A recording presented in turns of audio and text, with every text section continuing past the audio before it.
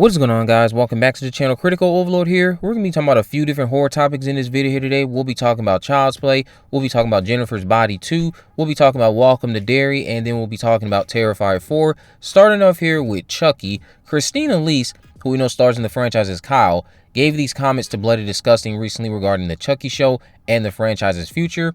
She said, "The show is genuinely great. I think 3 seasons of the show collectively are better than the 7 movies that preceded. Don Mancini just let loose with 8 hours of content 3 years in a row. I think that's unparalleled entertainment. He's got great taste in people and an incredible affection for cinema. He's a cinephile, just a machine brain for cinema and not just horror. I don't know what's coming next. All I know is Chucky always comes back." Can't agree more with that last part, but she lost me with the "this show was better than the 7 movies that came before" remark. Nothing about these seasons beat Child's Play or even Child's Play 2, which you know she was a part of. Also, letting Don loose is precisely what bothers many of the fans right now. They think he was let too loose, especially in season 3. Again, those who like it can continue to say don't watch it if you don't like it, but that's how the show got canceled. Everybody wants to say, oh, well, they told us it was about money, money, money, money, money. Money would not have been a problem to a show that was being watched. Shows tend to get more expensive as they go on. Look at what's going on with Stranger Things. And you know what? The cost was worth it because an audience was there. Chucky's cost is not worth it because it barely had an audience. So therefore, that cost is tied to the audience. The audience was diminishing. People did not like what they were seeing in that show. Give fans something they want to watch and you'll be fine. Hopefully the future doesn't involve Kyle and Andy in unnecessary legacy side quests. I don't mind their use in the show, but I'm concerned that they'll be ruined just like Nika has been going forward. Because Nika, going back and considering everything that transpired with the character in that show, that character has been ruined. I do not want the same outcome for Kyle and Andy if they are to return in a future movie. Now let's talk about Jennifer's Body 2. The Jennifer's Body director spoke to Deadline and gave an update on the writing process of the previously teased sequel. She said, "I know she's working on it right now, and I'm very excited to hear what comes of it. I know some of the bones of it, so I'm not going to give anything away, but it sounds fun and crazy like the first film, and I have no doubt that Diablo will do something absolutely incredible with it." So I guess the script is being written, which is good. I believe Cody has gone on record saying she wasn't done with this universe. Amanda has come out expressing interest as well. Does anyone want to see this without Megan Fox, though, is my question. How many people would actually turn out for a Jennifer's Body 2 without Megan Fox's presence? She was the titular star last time, and I don't believe she's spoken about this sequel at all. She hasn't addressed anything about the discussions surrounding it or any rumors about it happening. But she is supposed to be in Five Nights at Freddy's 2. I can't recall the role, but I believe I saw a report that she had been cast to voice something in Five Nights at Freddy's 2. So if she entertained that universe, I don't see her turning down a return to this world. So what was your favorite part of the original Jennifer's Body, and do you want to see a sequel, or do you think this is just another unnecessary form of laziness from Hollywood in recent memory? Now, let's talk about Welcome to Derry. I watched Welcome to Derry's pilot yesterday, and let me just say, I think we're in for a good round of week-to-week television. I was very impressed by what I saw, and I look forward to watching episode 2 next week. I just couldn't wait until Sunday to give my reaction. I'm going to give a more in-depth one on Sunday. But as a reminder, I'll have my recap and more in-depth reaction posted this Sunday at 10 p.m. after the episode airs on HBO.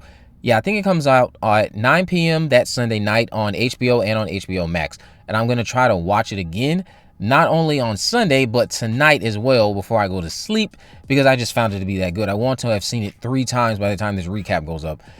Trust me, it's a great pilot. I had such a blast with it.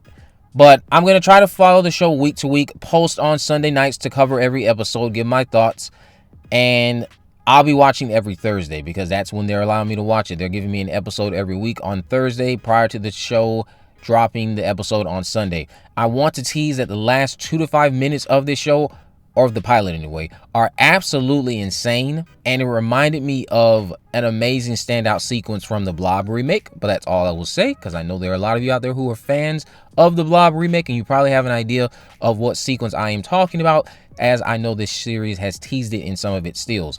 Now, the last thing we will address in this video today is going to be Terrifier 4. So David Howard Thornton, was on Bloody Disgusting Slasher Radio recently and shared these comments about Terrifier 4. He said, I'm very excited, but I don't know a whole lot because this time around, Damien has been keeping everything very close to his vest about what's happening in the script. Lauren, Samantha, and I, in the past, when he's been writing the other scripts, he's been consulting us the whole entire time, running ideas by us. This time, he's been pretty much silent. He just goes, oh yeah, you're going to love the origin story, Dave. You're going to love how we do it. And he said also, the finale is batshit insane. You're going to have a lot of fun with that. Other than that, I don't know, but that makes me excited. I feel like this might be the finale of this story arc that Leone's going for right now, and might give it a rest for a few years and might return later on to it. I have no idea, but I'm excited nonetheless. I mean, I'd imagine you could have better performances by them going into this material without being consulted about it consistently. This time around, I feel like this could enhance the performances because they haven't been exposed to it as much. So maybe this does something to how they depict it on screen. I would hope that, again, this backstory is something that is worthwhile to not only David himself, but more importantly to us as the audience. I'm very concerned about that performance. I'm going to put my trust in Damien as well because that's what David is doing. This is his baby. I don't want him to ruin Art the Clown, but I keep going back to that Chris Jericho podcast episode where he does admit maybe they share too much to the point where it's a fault. And it's like, if you're saying that, maybe we shouldn't be doing it. All it takes is one bad writing decision and the whole house of cards will come crumbling down around Art, its aura, and everything else about the character. Will it ruin the first two movies? Maybe not. But I will look at Art differently, just like how I look at Michael Myers differently, considering I know I'm building up to Halloween, the Curse of Michael Myers, which diminishes him to nothing more than a puppet. But you guys let me know what you think about all of this down in the comment section below. If you haven't already, of course, make sure you go ahead and subscribe. Turn on post notifications so you never miss a video. In the description, I'll have links to all of my social media accounts. I am on Facebook, Twitter, and Instagram. You can message me there, of course, to let me know if there are any movies, news, or reviews you'd like me to cover in the future. And with all that in mind, guys, I will see you in the next video.